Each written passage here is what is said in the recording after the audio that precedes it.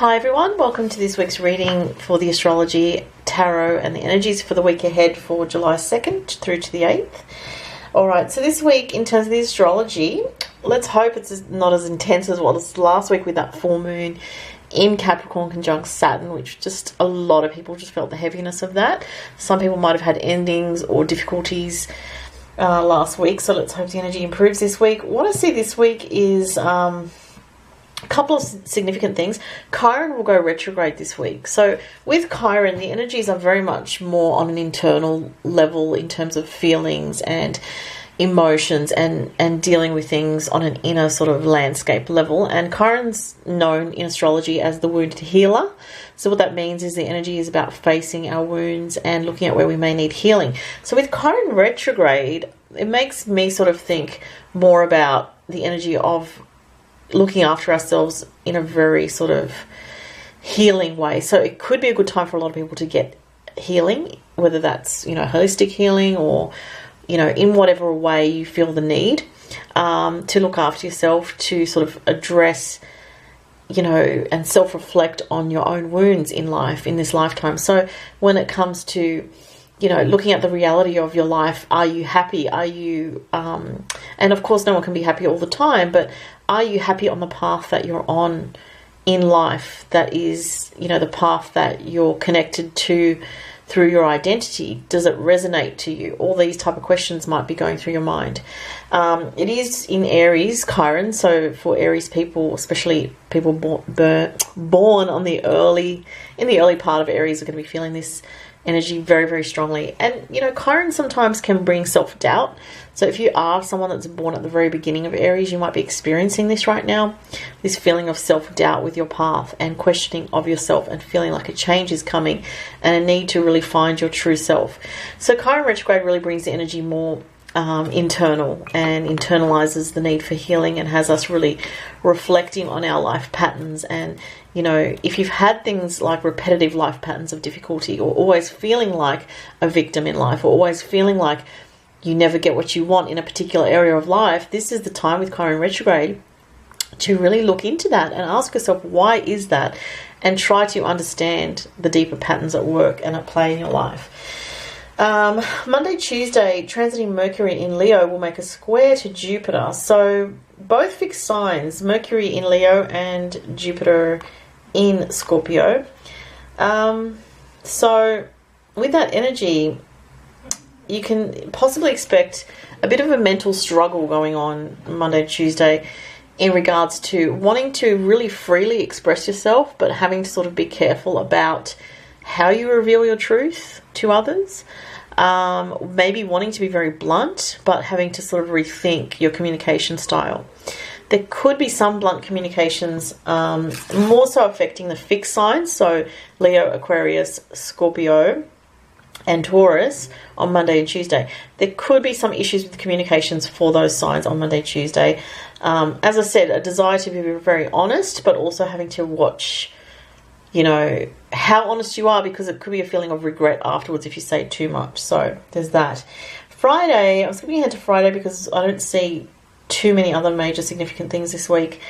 But Friday we have Mercury, again, Mercury opposite Mars this time, and the Mars is continuing its retrograde. Just going to sip some of my tea. Just drinking some green tea today. So with Mercury in Leo making opposition to Mars in Aquarius, there could be some frustration in the air, some sort of energy circulating that you sense, whether it's in the workplace, whether it's between yourself and another person. There could be some tension in the air. If you have young male children or teenage male children, there could be an issue with a male child and arguments on Friday, or building up to Friday. Because Mars and Mercury opposite can definitely cause some kind of clashes verbally, or, hopefully more than that, but just usually would be verbally. It can cause or bring on the energy of disagreements, arguments, and also it is a bit of a road rage aspect, so just be careful if you drive, okay, on Friday in particular. So those are the main things. Now, just a reminder, I mentioned this last week, we have a lot of planets retrograde at this time. Not the best time, even if you really want to start something huge, a new start in your life, unless, you know, you really feel compelled to, and you may have in your own natal chart a lot of retrogrades, and if you do, then it can be a good time. But for most people, with all the retrograde energy, especially with Mars retrograde, the energy becomes dampened down for that assertion, for that self-assertion, for that drive that you need to make a new start. So for most people, your energy at this time might be a bit lower. You might feel that your resilience is a bit lower, and you know, you may be feeling more sensitive, especially with Chiron retrograding this week as well. So a good time to self-reflect this week, to pull your energy back. And I did say this last week, just a reminder to not sort of push too hard forward.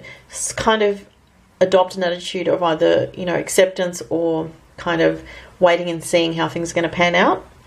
Interestingly, I'll just mention, and for next week, you want to check back in with my reading for next week that I do in the next 6 days or so, because Jupiter is going to go to direct next week, and we're also having a solar eclipse in the sign of Cancer.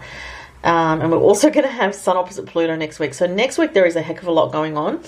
Good news for the fire signs, and especially Sagittarius, with Jupiter going direct next week, that on the 11th of July, that's really good news. So I feel next week the energies really start shifting and, you know, in a bit more positive direction with Jupiter retrograde. With Jupiter direct anyway. So let's see for this week what we've got with the cards.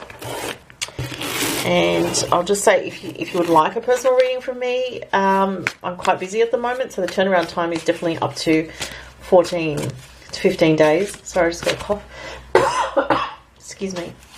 All right, so today I'm using the Llewellyn Tarot. I just felt like having some softer imagery since the energies have been really rough the last week or so, especially. Oh, what a week it was. Comment below if you had a rough week last week with that full moon in Capricorn. I certainly felt it. I know quite a few people did too that I spoke to. Alright, so this week, Chiron retrograde and the energies in general. What do we have coming up?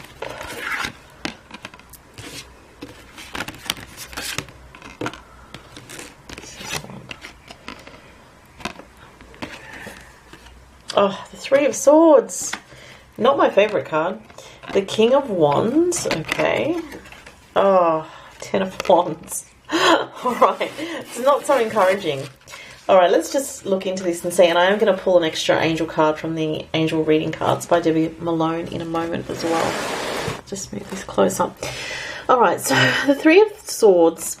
This, to me, speaks to the Chiron retrograde energy of the need to sort of go within and look at our inner pain. You know, every single one of us has, being on the earth realm, being incarnated into this world, one of the things that we all share in our experience as human beings, no matter what station of life you are at or what country you live in, we all have our own pain. We all have our own inner wounds. And this is talking about addressing that this week and really looking within to, as I said earlier, look at the patterns of your life. Why is it, do you think, that you may be attracting the same situations over and over? Is it because you're not allowing yourself to be your true self? Is that part of the reason?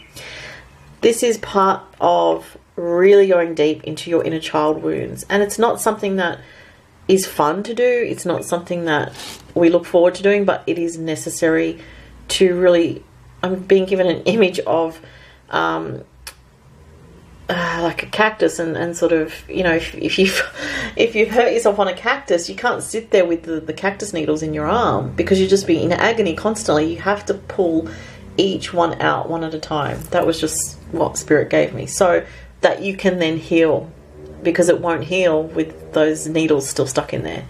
So it's about pulling out, like just like the swords, pulling out the inner, what's causing the pain, and really looking at that and saying, okay, I may tend to, for example, you know, be attracted to emotionally unavailable people because that was what my dominant parent was like. They were never there for me emotionally, so I'm attracted to people that emotionally are not there for me, and then realizing that. Or You know, there's some people that have really strong abandonment issues, and so they either overly cling to relationships for fear of abandonment, or they push people away and never want to get close to anybody because they truly fear getting close to someone that is their equal, because they fear that they'll be abandoned. So these are very heavy issues with the Three of Swords. Now, for some people, this is what this is about, is this really going deep within this week. For other people, it's about some difficulty coming up this week that's triggered by external events.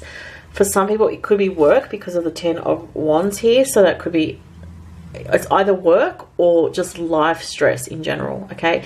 Now, I just want to say, with Saturn in Capricorn at this time, we have Saturn in Capricorn for at least another 2 years, roughly. I can't remember now exactly, but I know it's the rest of this year and probably the rest of next year.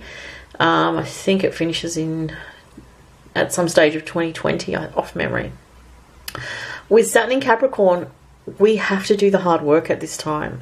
There are no shortcuts at this time with Saturn in Capricorn. It's about the authentic work, about doing the work on yourself, about doing the work in your day-to-day life. There's no getting away from it. And if you don't do the work, and if you don't face up to your responsibilities in your life, then you won't get the rewards of Saturn. You will just be, you know, trying to get away from your responsibilities and never getting any ground.